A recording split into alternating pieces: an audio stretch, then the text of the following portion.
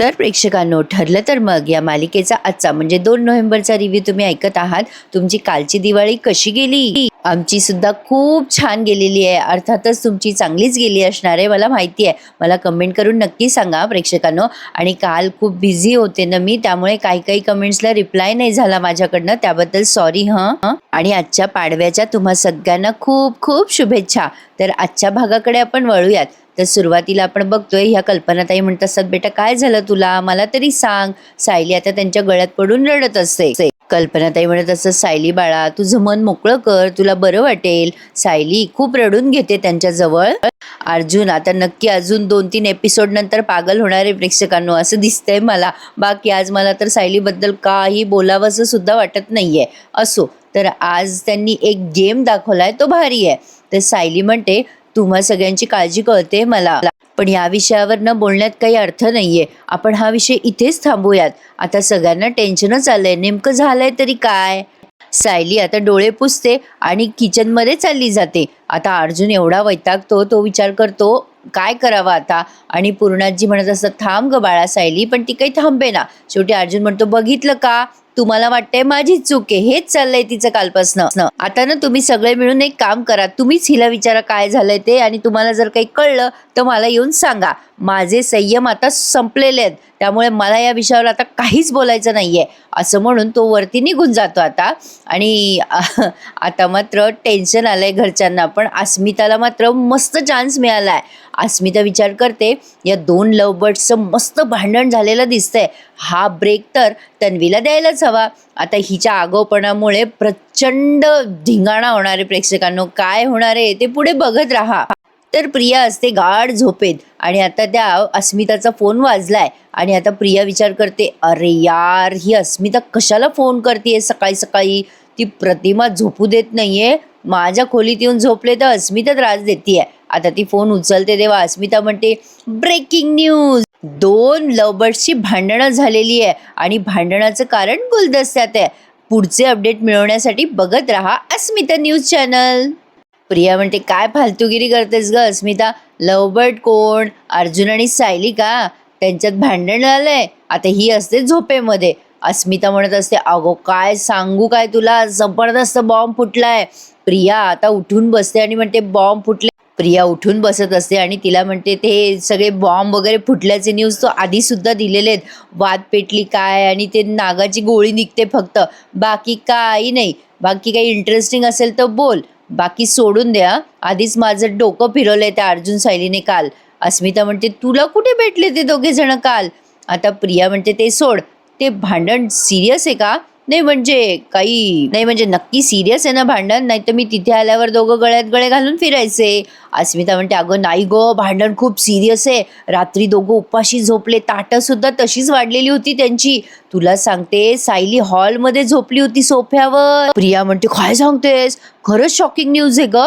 अस्मिता म्हणते, ती सायली अर्जुनशी एक शब्द पण बोललेली नाहीये. प्रिया म्हणते, बरं, तू ना सगळं लक्ष ठेव त्यांच्यावर, आणि मला सतत अपडेट देत राहा. आता अस्मिता म्हणते, बरं. अस्मिता न्यूज चॅनल 24 तास ओपनच असतं. बरं चल, मी तुला करते हा नंतर फोन, बाय बाय. आता प्रिया फोन ठेवते आणि विचार करते, अरे बापरे, हे तर अवघडच झालं. म्हणजे सायली हॉलमध्ये येऊन झोपलेली आहे, एवढं काय झालं असेल या दोघांमध्ये. दोघांच्या भांडणांचा तिसरं कसं लाभ घेतं ना, ते प्रिया जबरदस्त उदाहरण आहे प्रेक्षकांना. तिने काय भयंकर प्लॅन केलाय. आता हा अर्जुन आलाय वरती, तन करत असतो, वस्तू फोडत असतो, म्हणजे असं हातातल्या वस्तू फेकत असतो.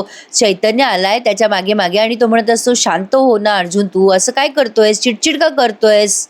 अर्जुन म्हणतो, अरे याला काय अर्थ आहे, त्या जसं करतील तसं त्या सगळं बरोबरच करताय का, म्हणजे मी चिडचिड नाही करायची, याला काय अर्थ आहे. चैतन्य म्हणत असतो, हो अरे मला कळतंय. अर्जुन म्हणतो, अरे मला आधी वाटलं होतं या मधुभाऊंना भेटायला नेलं नाही म्हणून अपसेट असतील, पण नंतर मी नेलं ना त्यांना भेटायला.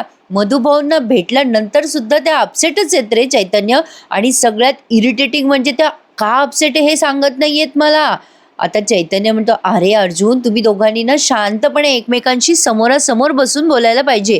अरे त्याशिवाय कसं कळेल नेमकं भांडणाचं काय कारण आहे ते? अर्जुन म्हणतो, चैतन्य तुला असं वाटतं का की मी हा प्रयत्न केला नसेल? अरे त्या माझ्याशी बोलत तर नाहीच, पण माझ्याकडे बघत सुद्धा नाहीयेत रे चैतन्य. अरे किती इरिटेटिंग होतंय मला, कळतंय का तुला? अरे चैतन्य, मी कधी चिडलो तर मी जेवतो ना त्यांनी सांगितल्यावर, कॉफी सुद्धा पितो. पण त्या अशा का वागताय ना, माझं डोकं काम करेना आता. आता चैतन्य म्हणतो, अरे हां अर्जुन, एक काम कर तू. तू जेवला नाही ना तर सायली वहिनी तुझ्याशी बरोबर बोलतील. माझ्याकडे एक परफेक्ट आयडिया आहे. तू काय कर, खाली जा आणि त्यांना सांग की मला डब्बा नकोय किंवा तू कॉफी माग. सगळ्यांसमोर कॉफी मागितली ना तर त्यांना द्यावीच लागेल तुला थोडीशी कॉफी. नाही म्हणजे कॉफी त्या तुला जास्ती पिऊ देत नाही ना. अरे तू सगळ्यांसमोर कॉफी माग, त्यांना तुझ्याशी बोलावंच लागेल. तुला लिहून देतो मी, तुला त्या डब्बा दिल्याशिवाय जाऊ देणार नाही. अर्जुन म्हणतो, अरे बाबा काल रात्री मी त्यांच्यामुळे उपाशी आहे, नाही जेवलो मी. त्यांना काहीच फरक पडलेला नाहीये. याच्या आधी असं कधी झालं नव्हतं रे चैतन्य.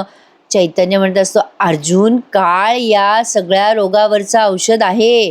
अर्जुन म्हणतो, कसलं औषध, काय बोलतोयस तू? चैतन्य म्हणतो, काल रात्री चिडल्या होत्या ना त्या तुझ्यावर, आतापर्यंत त्यांचा राग शांत झाला असेल. तू खाली जा आणि बोल त्यांच्याशी. अर्जुन म्हणतो, मला नाही वाटत आतापर्यंत जे काही होतंय ना त्यावरनं हे सगळं क्लिअर होईल की नाही, बघू. त्या कॉफी माझ्या हातात देतात की नाही ते खाली जाऊन. चैतन्य म्हणतो, तू जाऊन तर बघ ना बाबा. आता बघा प्रेक्षकांनो, सगळं विरुद्धच होतंय बिचाऱ्यासोबत. बिचारा अर्जुन आता खाली सायली किचनमध्ये काम करत असते पण जास्ती कोणाशी बोलत नसते.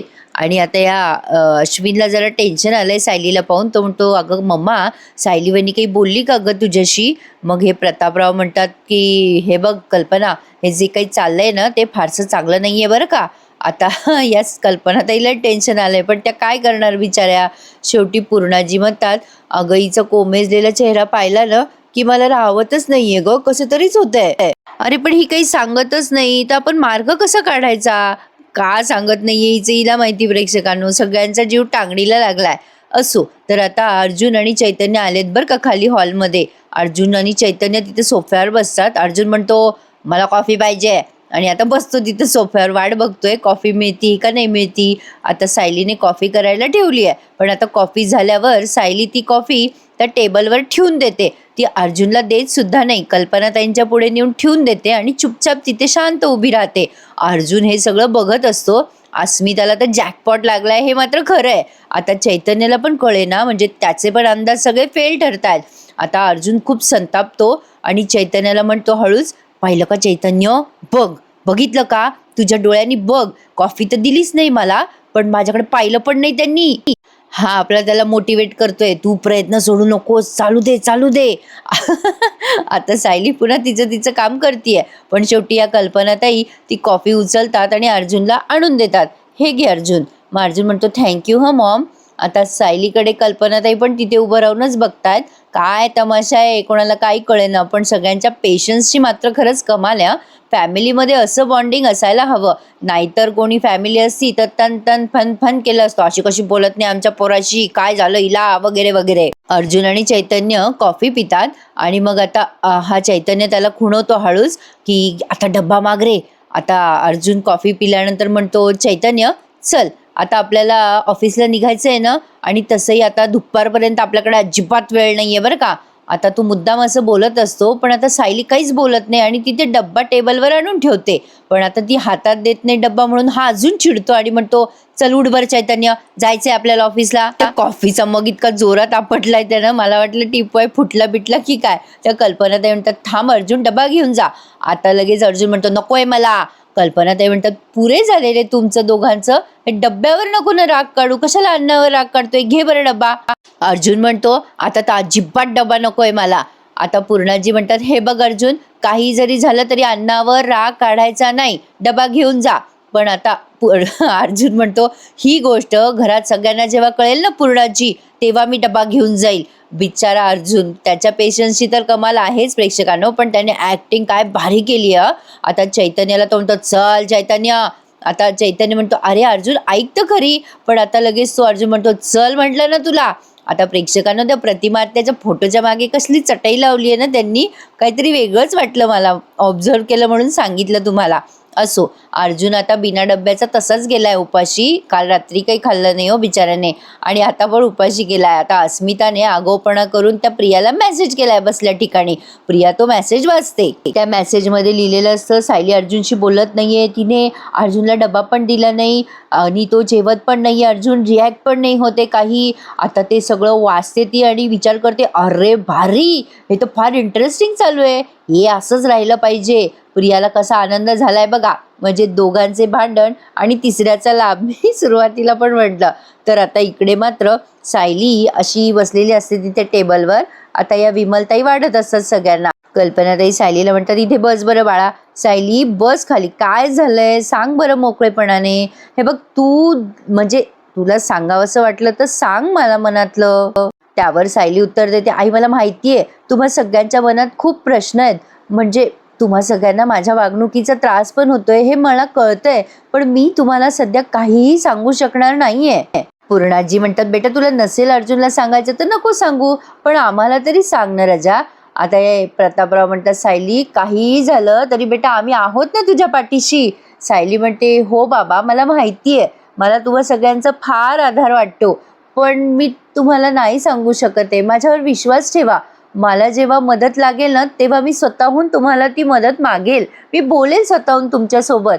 पण जोपर्यंत हे सगळं योग्य वेळ येत नाही ना तोपर्यंत मला काहीही विचारू नका बाबा प्लीज. आता पूर्णाजी म्हणतात, बरं तू म्हणशील तसं पोरी. आता या विमलताई म्हणतात, सायलीताई तुम्हाला चहा आणू का. आता सायली म्हणते, नको नको आई, मी जरा बाहेर जाऊन येऊ का, माझं महत्त्वाचं काम आहे. किती अंडरस्टँडिंग आहे ना प्रेक्षकांनो यांची फॅमिली. खरंच असं बॉन्डिंग आणि अंडरस्टँडिंग प्रत्येक फॅमिलीमध्ये असायलाच हवं. तर आता या कल्पनाताई म्हणतात, म्हणजे सायली विचारते त्यांना, आई मी जरा बाहेर जाऊन येऊ का. कल्पनाताई म्हणतात, अगं जा की बेटा, मी कधी अडवलं का तुला. हे बघ मला एवढंच सांग की तू चिडून काही वेडं. आता प्रतापराव म्हणतात, ए कल्पना काय वेड्यासारखं बोलतेस ग, असं काहीही नाही आहे हा. आता ही सायली म्हणते, नाही आई असं काही नाही आहे, मी काम झालं ना की वेळेत घरी येईल. आता सायली असं बोलून तिथून निघाली आहे प्रेक्षकांनो, बाहेर जायला निघाली आहे. आता ती जिथे कुठे गेली आहे ना ते पाहिल्यावरती तर असं वाटते हे खरंच काय दाखवत आहे आता. म्हणजे मला हे सगळं बोलायची पण ताकद संपलेली. आता काय त्यांना जे दाखवायचं ते दाखवतात, ते काही विचार करत नाही. त्यांना जो ट्रॅक लावायचा ना ते लावतातच. तसंही अशी कितीकशी स्टोरी आहे प्रेक्षकांनो, एकाच म्हणजे ह्या 7-8 कॅरेक्टर भोवती फिरणारी स्टोरी आहे आणि त्यातल्या त्यातच त्यांना काहीतरी दाखवावं लागतं. असो, तर आता अस्मिताने तिचं काम चोख केलंय. सायली बाहेर चालली आहे हे प्रियाला मेसेज करून कळवलंय. आता प्रिया तो मेसेज वाचते आणि विचार करते, अस्मिताचा आणखीन एक मेसेज आलाय, अरे भारी. अस्मिताकडनं काय मस्त एकापेक्षा एक अपडेट मिळताय, हे भारीच आहे. पण अर्जुन सायलीचं भांडण नक्की कशावरनं झालं असणार आहे. मुर्देना, मला काय करायचंय, या गोष्टीचा फायदा मात्र नक्की करून घेतला पाहिजे. आता प्रिया विचारच करत असते की या गोष्टीचा फायदा कसा करून घ्यायचा. आता प्रिया या गोष्टीचा विचार करतच असते की अर्जुन सायलीच्या भांडणाचा आपण कसं काय फायदा घ्यावा. आणि प्रियाच्या बाबतीत कसं झालं माहिती का, आंधळा मागतो एक डोळा तर देव देतो 2 डोळे. असं ती जिथे उभी आहे ना तिथे अचानक सायली सुद्धा आली आहे. हे जरा विचित्र नाही वाटत आहे का. म्हणजे तिने जिथे गाडी पार्क केलेली आहे ना त्या समोरच्याच कॉलनीमध्ये तिला सायली दिसली आहे. आता प्रिया विचार करते, अरे ही सायली इथे काय करते MK कॉलनीमध्ये. MK कॉम्प्लेक्स का काहीतरी असतं तिथे. प्रिया विचार करते, काय करते ही इथे, बघायलाच हवं. आणि लगेच सायलीचा पाठलाग करायला लागते प्रिया. आणि आता सायली जिथे गेली आहे तिथलं बोर्ड ती वाचते. त्या बोर्डवरती नाव असतं ॲडव्होकेट निलेश साने. प्रिया आता विचार करते, जिचा स्वतःचा नवरा वकील आहे ती भलत्याच वकिलाकडे काय करते. हे प्रकरण तर भलतंच इंटरेस्टिंग होत चाललंय.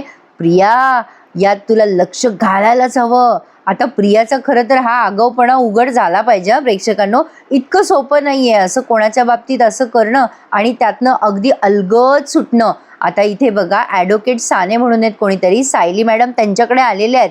आता सायली रडतच म्हणते त्यांना, अति उगा सर. तो घाबरला ना वकील, तो म्हणतो, या मॅडम प्लीज बसा ना. आता ही नमस्कार सर, माझं नाव सायली. सायली रडतच बोलते त्यांच्याशी, सर माझं नाव ना सायली आहे, मला ना तुमच्याशी एका केसच्या संदर्भात बोलायचं आहे. ते वकील म्हणतात, हो मॅडम तुम्ही शांत व्हा जरा आणि पाणी देऊ का तुम्हाला, बसा. आता सायली म्हणते, सर माझ्याकडे फारसे पैसे नाही आहे, पण मी तुम्हाला हळूहळू पैसे देईल हं. आता ते ॲडव्होकेट म्हणतात, अहो काय केस आहे ते तरी सांगा ना मला. आता ही सायली म्हणते खुनाची केस आहे. मग ते ॲडव्होकेट म्हणतात, थांबा जरा लिहून घेतो मी, सांगा मला डिटेल्स. आता ही सांगायला लागते, माझे वडील, माझे मानस पिता हे निराधार मुलांसाठी वात्सल्य आश्रम म्हणून चालवायचे. माझ्यासारख्या अनेक निराधार मुलांना त्यांनी आश्रमामध्ये वाढवलंय, लहानचं मोठं केलंय, पण त्यांच्यावरती खुनाचा आरोप लावला गेलाय हो. आणि आमच्या आश्रमामधली प्रिया, तिने तर त्यांच्या विरुद्ध खोटी साक्ष दिली आहे. आता त्या वकिलाच्या तेव्हाच लक्षात येतं, ते म्हणतात मला सगळे रेफरन्सेस माहिती आहेत, तुम्ही त्या मधुकर पाटलांच्या केस संदर्भात बोलताय ना. आता सायली म्हणते, हो, त्यांचा गुन्हा नसताना सुद्धा शिक्षा भोगतायत हो माझे वडील. आता ते ॲडव्होकेट म्हणतात, हे बघा मॅडम, मला सगळे डिटेल्स माहिती आहे. सायली म्हणते, तुम्हाला माहिती आहे ही केस, मग तुम्ही ही केस घ्याल ना. आता ते वकील म्हणतात, एक मिनटं, तुमची केस अर्जुन सुभेदार लढताय ना. नाही म्हणजे मिस्टर अर्जुन सुभेदार ही केस लढताय आणि तुम्ही तुमचं नाव सायली सांगितलं, म्हणजे तुम्ही मिसेस सायली अर्जुन सुभेदार ना. मधुकर पाटलांच्या मानस कन्या ना तुम्ही, मिसेस सायली अर्जुन सुभेदार. आता सायली काहीच बोलत नाही. ते वकील म्हणतात, अहो मला एक कळत नाहीये, तुमचा नवरा तर अतिशय सक्षम वकील आहे, तुम्ही माझ्याकडे कशाला आलात. दुसरी कुठलाही वकील हाताबाहेर गेलेली ही केस खेचून आणूच शकला नसता.